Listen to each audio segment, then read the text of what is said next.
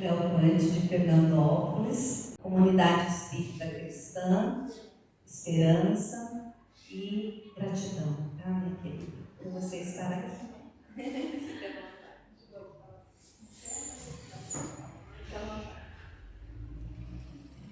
Boa noite a todos. Que bom estar aqui mais uma vez. A minha gratidão ao convite da Romana, do Ademar, nossos queridos e eternos professores, né? Eu conheço há muito tempo lá em Fernandópolis. Bem, eu não sou uma estudiosa que tem grande conhecimento do Espiritismo. A gente fez, né, as obras básicas, mas se perguntar para mim o que diz a questão tal do Livro dos Espíritos, como tantos sabem, né, de cor, eu não sei. Então, eu prefiro me identificar como uma contadora de histórias e que faz alusão ao Evangelho, ao Livro dos Espíritos ou aos demais livros da obra básica. Quando a gente vai preparar uma palestra, é difícil, né? Porque são tantos temas importantíssimos para a gente refletir e a gente acaba se perdendo. E eu confesso para vocês que 25 anos faz e eu sou palestrante e eu ainda fico tensa, eu ainda fico muito nervosa, muito ansiosa quando eu realizo palestras, seja da minha área, com 25 anos de experiência, que falo aquilo lá todo dia, e quando são outros assuntos que temos tanto domínio. Mas a gente se prepara. Ninguém vem, se arrisca a confiar na espiritualidade.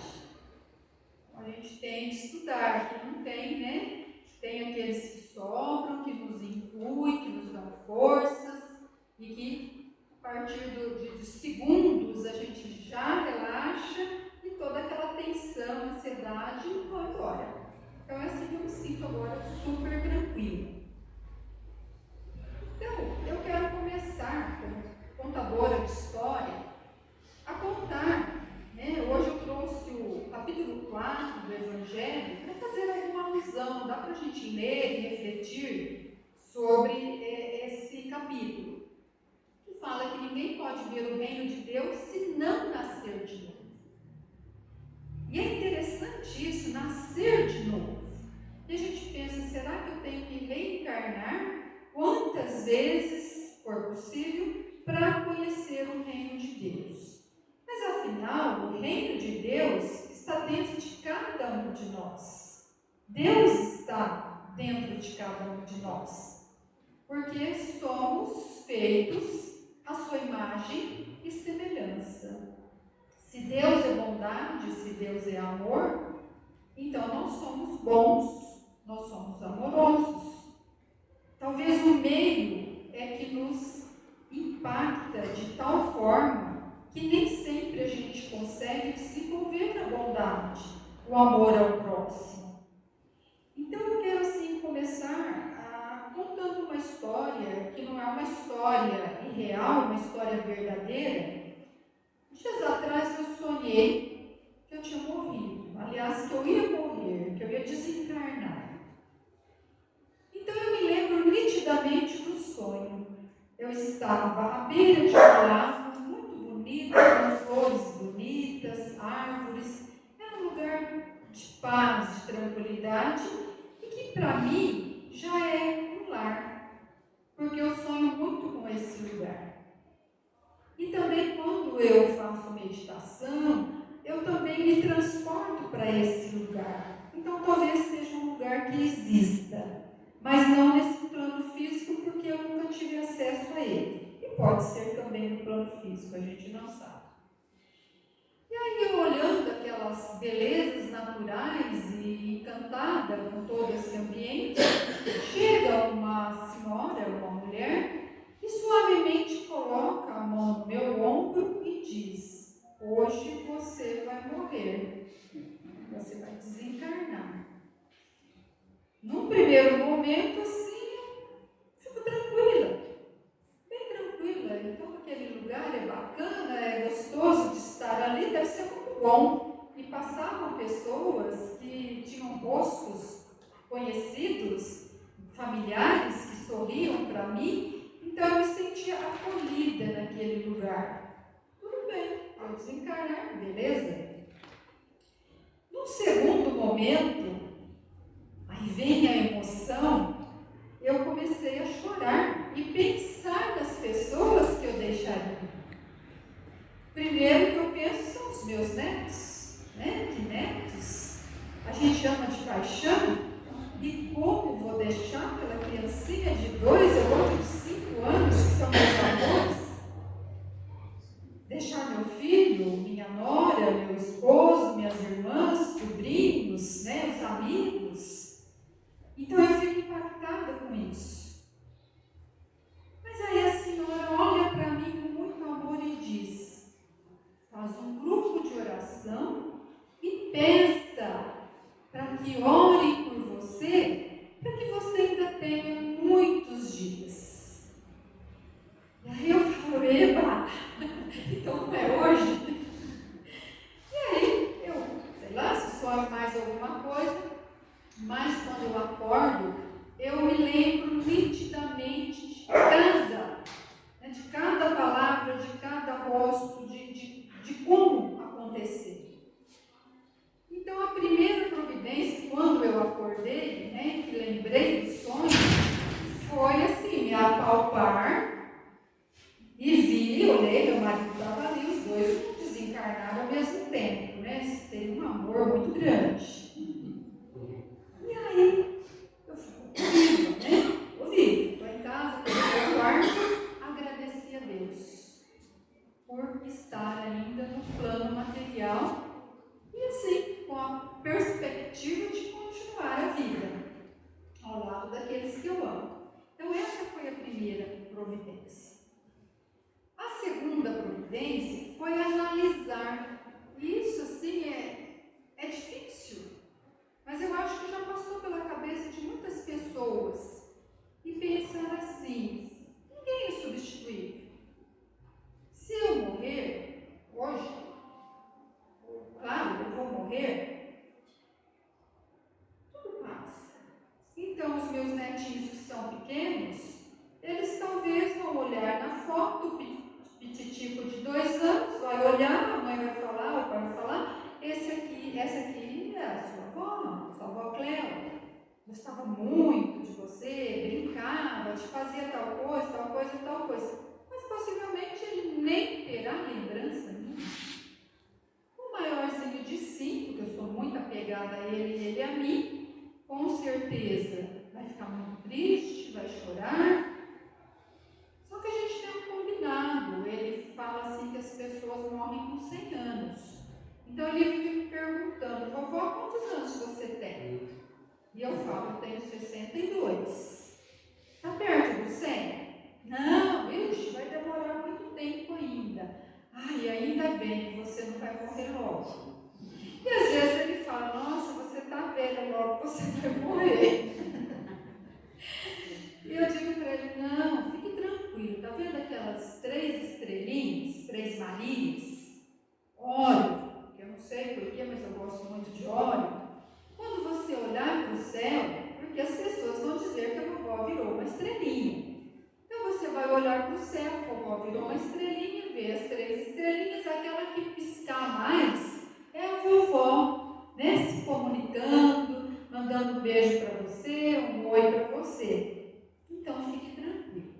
Mas com 5 anos, com o tempo, essa lembrança vai ficando muito pequena e possivelmente lá, quando ele for adulto, ele vai dizer: eu não lembro da minha avó. Então vai passar. O meu filho chorará, vai ser muito triste para ele, porque é filho único, né? Mas tem a esposa, tem os filhos, tem a vida, tem o trabalho, e com o tempo tudo vai se acalmar e vai passar. A nora também, né? A gente se dá muito bem, mas também vai passar. Ela tem a vida dela, tem a mãe, tem os afazeres, tem os filhos, vai passando. O marido, né? Vai sofrer com a ausência da pessoa que estava ali, que dava carinho, atenção, mas também dava bronca. encontre outra ou não, mas também vai passar. As irmãs sofrerão, vão lembrar dos cafés, dos encontros, das festas, e vão dizer, se ela estivesse aqui, estaria acontecendo tal coisa. E vão se lembrar, como a gente se lembra, do pai, da mãe, que estiveram conosco, mas também há mais de 20, 25 anos se foram. Então fica aquela lembrança gostosa e a gente ainda diz, graças a Deus, morreram novos e não sofreram, não tiveram Alzheimer, não tiveram demência, não tiveram Parkinson, não tiveram uma doença que os levasse à incapacidade. Os dois tiveram câncer, mas passou. E aquela dor também passou. Então tudo passará. Os amigos vão se lembrar, com certeza, porque eu organizo os encontros, e aí eles vão continuar encontros em outras casas, vão se lembrar no começo, mas também depois, tudo passa. Na comunidade onde trabalho, vão me substituir imediatamente para a próxima terça-feira na cirurgia, porque surgiu uma vaga, vão orar bastante, vão tentar fazer comunicação, mas também vão ter esquecer. Então tudo passa. Tudo passa. E pensando nisso, dói bastante, porque você vai se tornar uma pessoa que foi esquecida. Mesmo no meu trabalho, você procura na internet, com o tempo outros virão, e aí você é apenas uma nota de rodapé nas dissertações e de teses, de doutorado, dos seus estudos, e pronto. E aí a gente não é substituído. Não é substituído. E quando a gente pensa tudo isso, dói um pouco, mas a vida é assim. Bem, fazendo essa reflexão, eu comecei a analisar assim também, espera aí, o que eu tenho feito da minha vida? E esse é o convite que eu faço para vocês. O que você tem feito da sua vida? Uns estão aí no auge da idade, outros já estão numa madurez, outros já estão num ciclo, da velhice. Mas o que nós temos feito da nossa vida? Estamos desperdiçando o nosso tempo? Porque nós procrastinamos muito. Nós damos desculpa para tudo. Nunca a gente pode. Não posso, e hoje já foi falado pelo Ademar, por coincidência, ou não, a gente sabe que não é coincidência, mas tem tudo, é tudo relacionado, porque eles nos preparam antes da espiritualidade para a fala, para que tudo se encaixe. Então, o que nós temos feito? Será que estamos aproveitando o tempo que nos foi dado para estarmos reencarnados neste planeta azul? Será que temos cuidado da nossa vida espiritual? Porque nós somos espírito dentro de um veículo carnal que nos possibilita a locomoção. Vivermos neste planeta, em matéria. Mas a gente é tão atribulado com os nossos afazeres, com os nossos pensamentos, porque a gente fala, o dia passou e não fizemos nada. Mas será que a gente perdeu tanto tempo num aparelhinho chamado celular, que não deu tempo de fazer nada? Não deu tempo de conversar, não deu tempo de fazer uma visita, não deu tempo de planejar o que seria feito hoje aqui na casa. E já vai saindo, chega e vai fazendo sem um planejamento. E na nossa casa também, na nossa morada. Então veja, quando eu faço e tomo essa providência de elencar as minhas fragilidades e as minhas fortalezas, o que eu tenho feito da minha vida? O que está impactando positivo e negativamente a minha vida? Por que eu não vou além espiritualmente? O que me impede? De autoconhecer. Porque cada um de nós é responsável pelos nossos próprios atos. Não adianta você dizer, eu empaquei na evolução porque o meu marido era ciumento demais e não deixava eu frequentar a casa espírita, ou a igreja católica, ou a igreja evangélica. Sim, você não tem que estar aqui.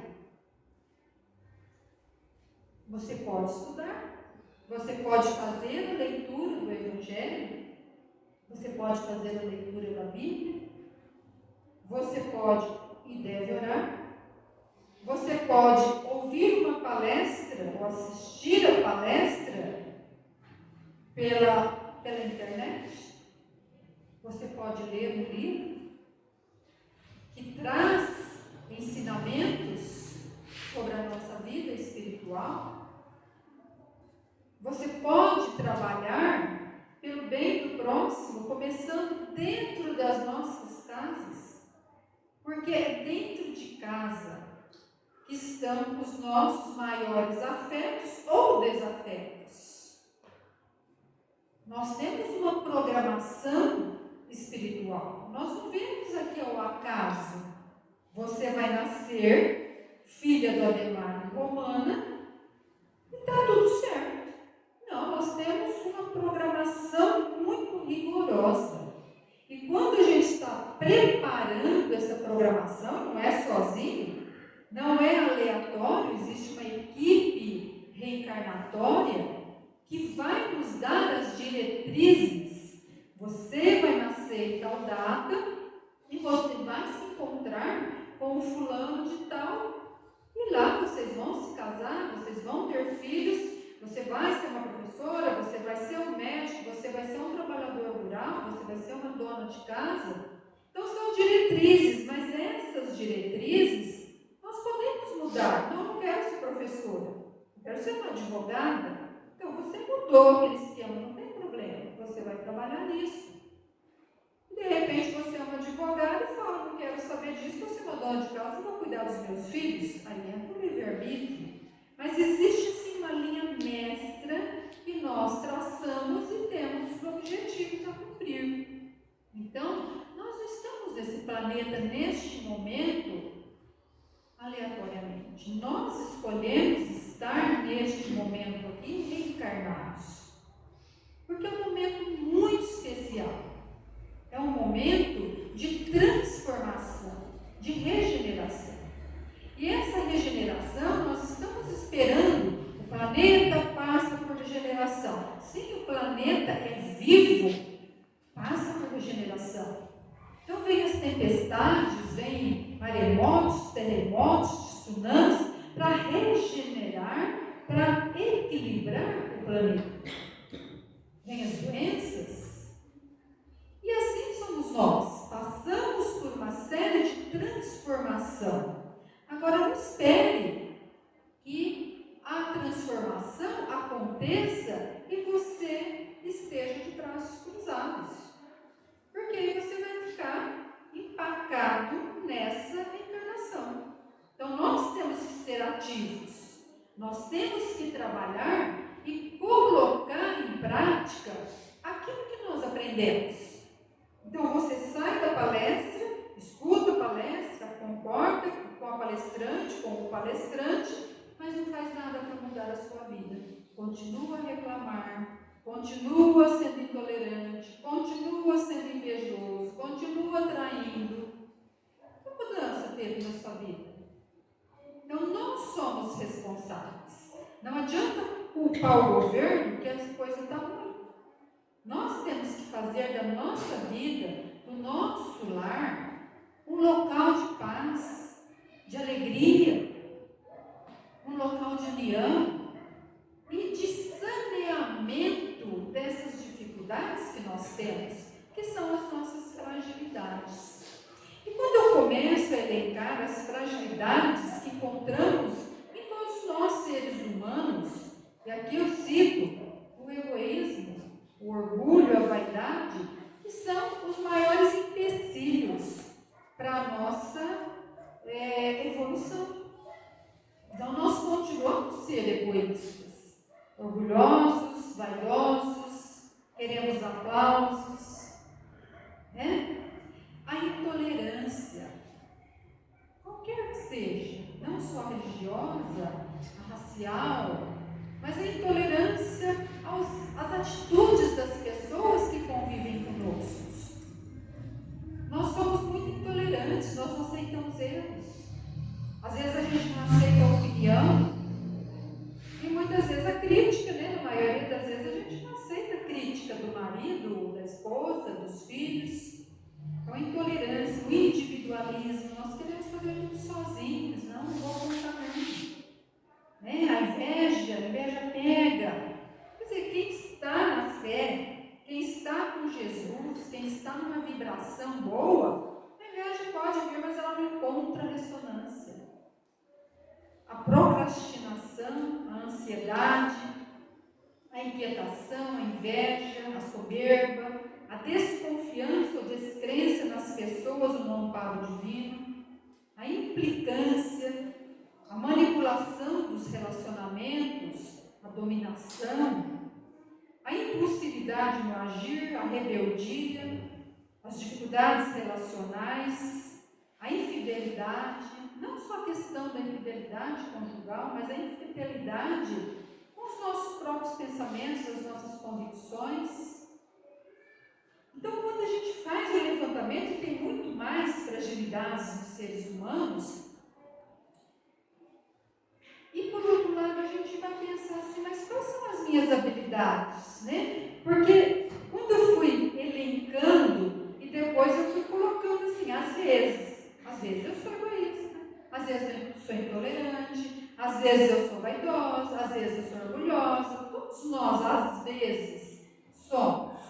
Mas quando você encontra com frequência, aí é um sinalizador, é um alerta, espera aí. Então eu tenho que mudar, porque isso está sendo um empecilho na minha evolução.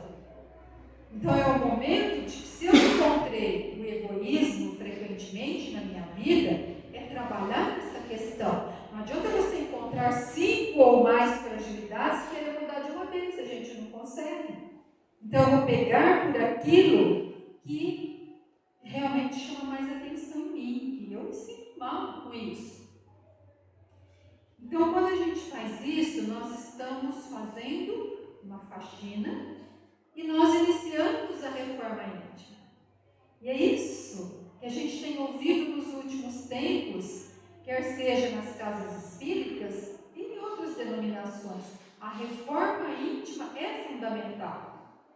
É o momento dessa reforma, porque se queremos participar desse mundo de regeneração, é preciso uma reforma. É preciso que esse homem velho, ele nasça. É preciso que surja um homem novo, uma mulher nova, para participar desse mundo da regeneração e sair de provas e expiações. Agora, quando a gente vê os seus pontos fortes, né, as suas fortalezas, suas habilidades, você também pode elencar e focar nessas habilidades. Se eu sou uma pessoa leal, eu vou procurar ser mais leal ainda. Se eu sou uma pessoa persistente, eu vou continuar generosa, mais ainda. Eficiente, empática, altruísta, sensível, paciente, com senso de justiça, liderança, comunicabilidade, intuição, criatividade, honestidade e fé. Se eu encontro em mim essas habilidades, mesmo que ali latentes, eu tenho que reforçar. E se eu reforço esses meus pontos positivos, obviamente os pontos negativos eles vão sendo faxinados. Então é difícil fazer isso? Não. É preciso esperar ter um sonho de que vai morrer para fazer essa faxina? Passar um aperto desse? Né? Então eu conheço as minhas fragilidades, mesmo que seja às vezes. Mas nesses às vezes, nós vamos encontrar alguns pontos frequentes. Eu sei quais são os meus. Com frequência, eu sou implicante. Implicante não é com a pessoa, é implicante na mente, nos pensamentos. Aquela pessoa virá na sua casa no final de semana. Aí já começa, né? A mente, os pensamentos de implicância, implicância. Quando a pessoa vem, é a maior cordialidade. Então, sofre por antecedência, desnecessariamente. Perdi muita energia, né, por meio do pensamento, por meio da vibração negativa, desnecessariamente, porque no fim dá tudo certo. E se diverte, e conversa, e está tudo bem. Agora, de onde vem essa implicância? Com algumas pessoas, alguns acontecimentos atuais. Com outras, certamente de vidas passadas. Né? São desajustes que eu deveria aproveitar e reajustar. Mas eu estou atento, principalmente com essa notícia da morte. Então, veja só, às vezes somos tudo isso, frágeis, e às vezes somos tudo isso, fortes. Fortes e frágeis ao mesmo tempo, mas precisamos ser fortes. Então, pensando nisso tudo, graciosamente vem para mim. Acho que um anjo de luz, né? Buscando na internet, eu encontro um texto, um artigo, que fala sobre, de um centro espírita chamado Leocádio Pereira. Não sei se vocês conhecem, Leocádio Pereira, falando sobre os 12 apóstolos de Jesus e as suas personalidades. Olha só como que tudo, né, se entrelaça nessa busca incessante de decifrar esse sonho. E a gente vai ver assim, que os espíritos, os apóstolos de Jesus, eles não tinham só fortalezas, eles tinham também fragilidades. E aí a gente vai ver aqui, onde eu marquei, Jesus. Então nós vamos ver que Pedro era impulsivo, era explosivo nas palavras, era temperamental, né? Difícil, ansioso, inquieto, agia sem pensar. Assim como a gente faz de vez em quando, né? Ou convive com pessoas assim. Porém, ele era muito forte, tanto é que ele é considerado a pedra angular da igreja. Né? É aquele homem forte, de personalidade marcante, então fragilidades, mas facilidades. Tiago era ambicioso, porém era idealizador, pensador, criativo, intuitivo, equilibrado e flexível. João manipulava os sentimentos, precisava da aceitação e reconhecimento do grupo. Mas Jesus, no seu último suspiro, diz a Maria: mãe, aqui está seu filho, filho está a sua mãe. E dá a sua mãe a João para tomar conta dessa incumbência grandiosa de ficar com ela até os seus últimos dias. André já era organizado, estratégico, previsível, líder. Não encontrei nenhum lugar falando das suas fragilidades, mas devia ter. Filipe era pessimista, tudo ele era incapaz de ver além, mas porém ele era organizado, detalhista, metódico, cuidava da logística do grupo dos apóstolos e seguidores de Jesus. Um lado bom, as suas fragilidades também. Bartolomeu era distraído, levava a liberdade de expressão, não gostava de regras rígidas, mas porém tinha um papel honesto, um perfil honesto e sincero, bom comunicador, fácil relacionamento, divertido e alegre, fragilidades e fortalezas. Mateus tinha um perfil comunicador, era de fácil relacionamento com as pessoas do grupo, harmônico e generoso. Só encontrei fortalezas. Tomé, todo mundo sabe do Tomé, né? São Tomé, a gente fala isso, né? Ver para crer. Era cético, era descrente, ansioso, desconfiado, porém ele era organizado, detalhista, excelente homem de negócios. Não tinha o lado bom, viu? Não era tão bom. Tiago, irmão de Judas Tadeu. Eles eram gêmeos. E por coincidência, nem todos os gêmeos têm o mesmo perfil psicológico, comportamental, mas eles eram idênticos até nisso. Os perfis iguais, né? Eram bons comunicadores, harmônicos, simples, evitavam conflitos, eram prestativos, corações grandes e generosos, sensíveis e honestos. Olha que coisa boa.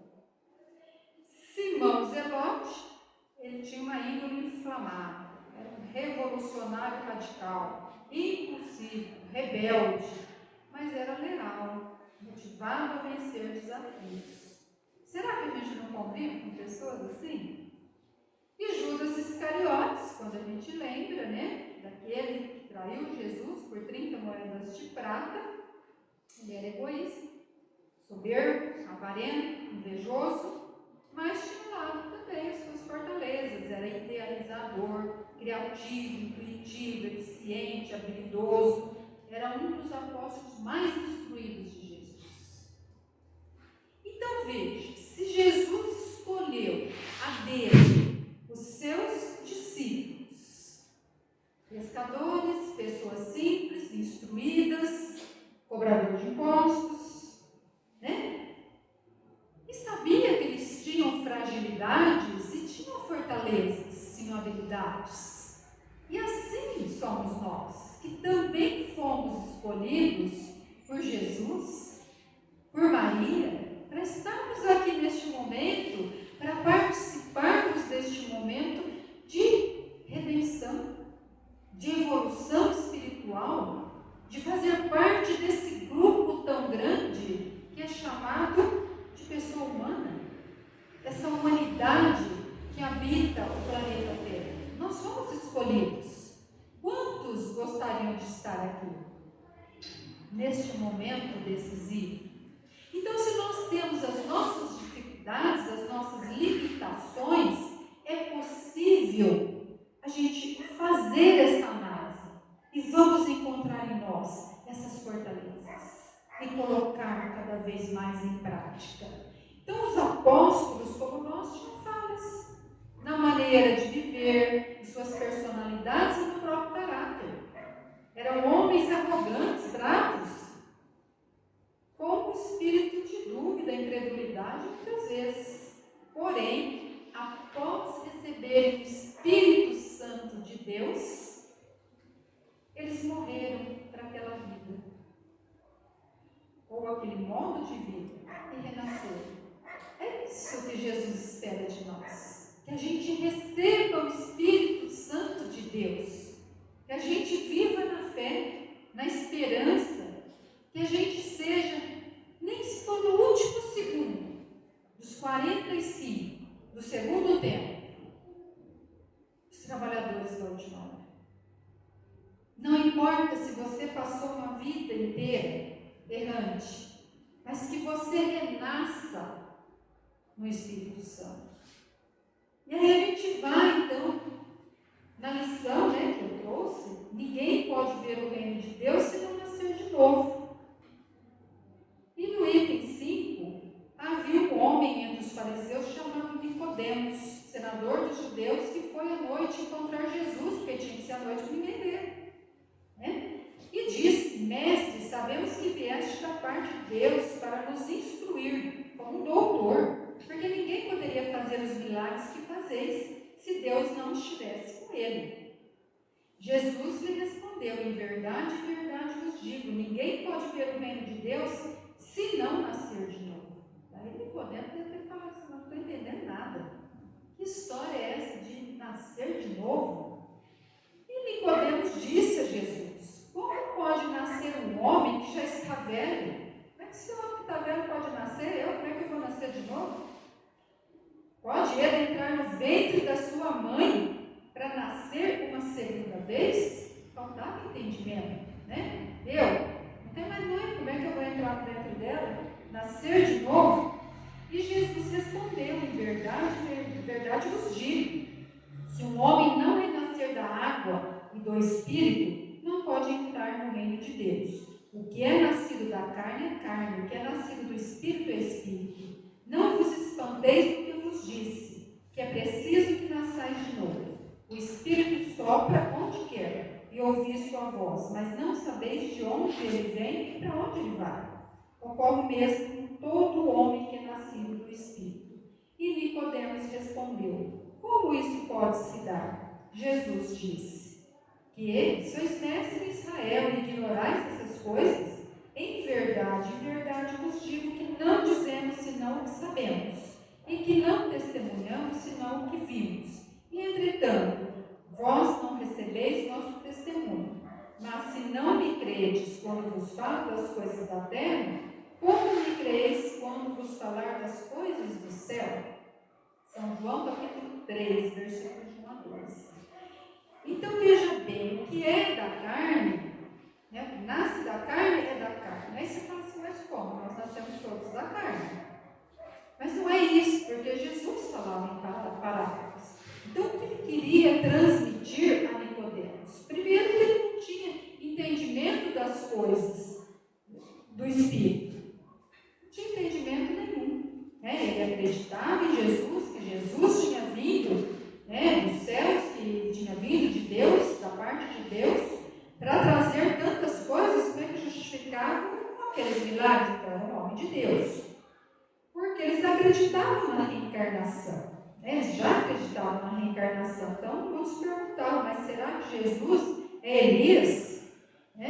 Será que quem é ele? Esse homem? Esse Elias era João Batista? Será que eram outros espíritos que passaram, e que eram espíritos esperados pela compreensão, pelos ensinamentos e crenças? Não. E aí Jesus, quando ele fala que é da carne, o que nasce da carne é da carne, que é do nasce do espírito é espírito, o que ele quer dizer com isso? O nascido da carne é o nosso homem interior. Então, aquilo que está no nosso interior, no nosso eu, nossa vontade própria, composta por nossa personalidade, pelo nosso ego. Conteúdos psíquicos, pensamentos, emoções. Então, é isso que a gente vive, para a carne, para satisfação pessoal. A gente vive para trabalhar, vive ali na família, mas não cuida da nossa parte espiritual. E quando a gente faz essas reflexões, é que a gente vai ver que aquele que é nascido do Espírito passa por uma renovação. Ele renasce. Então, renasce do Espírito, ele nasce de novo. E um dos princípios da doutrina, os ensinamentos gnósticos, para quem estuda e busca o autoconhecimento, é a morte, é morrer esse homem velho e nascer um novo homem. Então, é passar pela morte de toda a vaidade, orgulho, ciúmes, essas personalidades, esses papéis que nós desempenhamos. E renascer no Espírito, renascer para uma nova vida, ser uma pessoa diferente. É isso que nós precisamos. E também o sacrifício, que é o outro pilar. É o sacro ofício, não é sacrifício, é o sacro ofício, o santo ofício de trabalhar em prol da humanidade, próximo, e começar mais uma vez por aquele que está dentro da nossa casa. Porque a gente às vezes ajuda o vizinho, ajuda aquela família em necessidade, mas não ajuda aquela pessoa que está sinalizando muitas vezes com agressividade, com mau humor, com desequilíbrio, com ciúmes. Está sinalizando para nós que precisa de uma orientação, precisa de um colo, precisa de um abraço ou até mesmo uma bronca. Então é dentro de casa que a gente começa a fazer o sacro ofício. Com os nossos filhos que nós colocamos neste mundo e que vieram, que nós combinamos que eles viriam. Foi tudo certo, foi tudo programado. Então não adianta reclamarmos, porque a reclamação só vai te trazer energia baixa, densa, dentro de casa, e em boa vibração é muito melhor para você compreender. É sair da sua história e olhar ela e analisar. É assim que a gente deve fazer. Bom, uma outra providência que eu tomei, a respeito desse sonho, então esse sonho rendeu muito. Rendeu até essa palestra, né? Eu fui buscar também entendimentos com Freud, né? Porque ele estudou, ele deixou a teoria dos sonhos do inconsciente, e o sonho tem tudo a ver com o nosso inconsciente, que traz o inconsciente para o consciente. Então, para a gente refletir um pouquinho. Lacan, mas eu falei, gente, isso não está assim, me satisfazendo muito, né? Nos pensadores, estudiosos atuais do sonho. Mas eu preferi a doutrina espírita. Então, no espiritismo, sonhar com a morte pode ser interpretado como sinal de transformação espiritual. Opa, né? Que alívio! Nesse contexto, não é entendido como fim, mas uma passagem para uma nova fase da existência. Significa que a pessoa está pronta para deixar para trás antigas crenças e comportamentos e se abrir um novo caminho espiritual. Sonhar com a morte no espiritismo é uma experiência que nos convida a refletir sobre a vida e a morte e a buscar entendimento sobre nossa existência espiritual. É uma oportunidade de crescimento e transformação que nos ajuda a evoluir espiritualmente e a nos conectar com o mundo espiritual de forma mais profunda. Então é um convite, sonhar com a morte é um convite para a renovação. Os sonhos podem ainda ser interpretados como mensagens dos espíritos que nos acompanham e nos ajudam a evoluir espiritualmente. Às vezes é o nosso mentor que está ali conversando com a gente, né? E você só se lembrou daquele pedacinho, mas era um outro contexto, que eu acordei e só lembrei daquilo. Talvez no outro contexto, que era, e se você fosse hoje você desencarnar, como seria? Daí eu peguei um outro pedacinho, tem uma pessoa doente, faço um grupo de oração por ela. Pode ser também, né? Aquilo que a gente traz a lembrança. É importante buscar uma vida espiritual ativa e cultivar práticas que promovam o autoconhecimento e o crescimento espiritual. Então esse já estou falando autoconhecimento, sou eu mesma, eu tenho que buscar esse conhecimento através dos livros, através das palestras, sejam elas presenciais ou virtuais, a meditação, a respiração, as boas vibrações, um sorriso, escutar uma pessoa da família que está com uma dificuldade, ou sentar sem exaltar, sem ser agressivo, irritado, e perguntar para o outro, como eu posso te ajudar? O que está acontecendo? Eu tenho te percebido angustiado, nervoso, né? Aflita? O que está acontecendo? O que se passa? É escutar com o coração, sem julgamentos e sem interrupções. A gente pode começar, e começar já. Bom, e a quarta providência, formar um grupo para orar para uma moratória? Não fiz isso. Não fiz isso porque acredito que não tenho esse merecimento. Acredito não, tenho certeza que não tenho esse merecimento. E isso é apenas para os grandes missionários, né? Que estão fazendo um trabalho dignificante há tempos. E aí eles têm o mérito de ficar mais tempo nessa missão.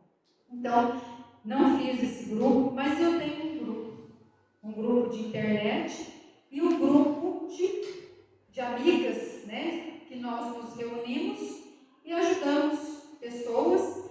E foi assim que nós resolvemos, eu fui com a bênção de Deus, né, um anjo veio e falou para mim, vocês podem ir além, vocês estão recolhendo dinheiro, compram alimentos e levam até a pastoral, ligada até a Igreja Católica, mas vocês podem ir além. E assim houve uma reviravolta e mudamos os nossos planos.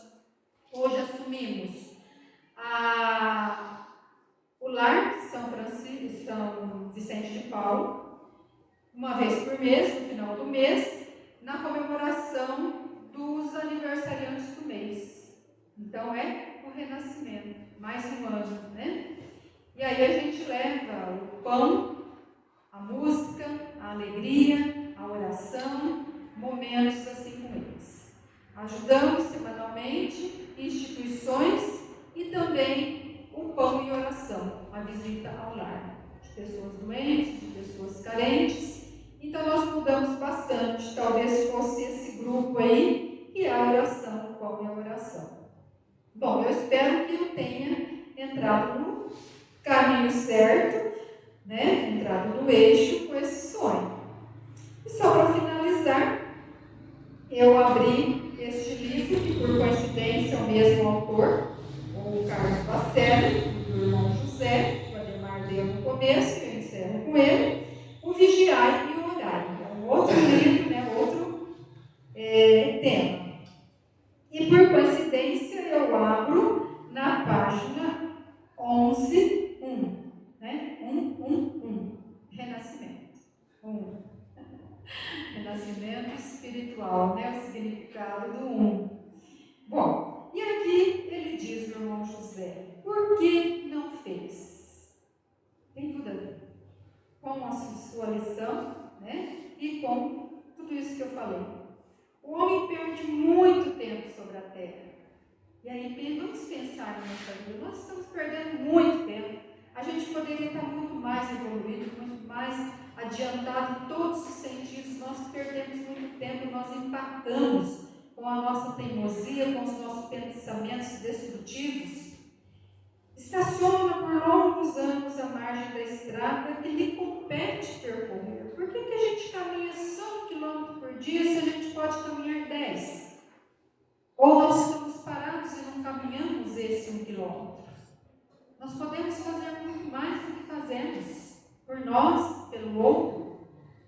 Distancia de suas possibilidades. Quantos de nós temos muito mais habilidades do que nós descobrimos?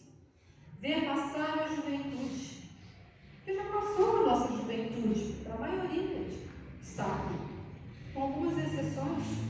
Assiste ao declínio das forças físicas. A gente não tem mais o vigor que tinha há 20, 30 anos atrás. Nossos passos são mais lentos, nosso raciocínio é mais lento. Prepare-se a vida inteira quase para o que nunca fará. Quando acorda do seu estado letárgico, seus dias no corpo escasseiam. Não tem mais o vigor de outrora e a paisagem em torno já não é mais a mesma. Quer retroceder, correr atrás do sonho que agora observa pelo retrovisor da existência, mas não pode. Lamenta-se inutilmente. Por que não fez no exato momento em que tomou consciência da necessidade de fazer? E é isso que eu quero deixar para todos nós. Por que não fazemos? Porque fica só no campo mental. Quando eu tiver mais dinheiro, eu vou fazer tal coisa. Se eu ganhar na loteria, eu farei tal coisa.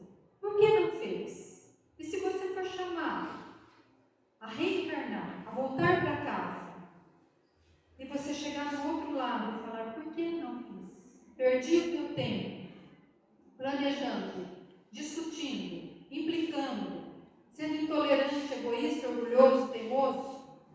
Por que não aproveitei cada segundo da minha existência para me preparar para voltar para casa? Porque se fazemos para o outro, nós estamos fazendo em primeiro lugar por nós. Os maiores beneficiados somos nós, por todos os atos que fazemos de bom. E os de ruim, os maiores prejudicados somos nós. Então é um momento, é um convite à reforma íntima, ao pensamento, à reflexão do que estamos fazendo com a nossa existência.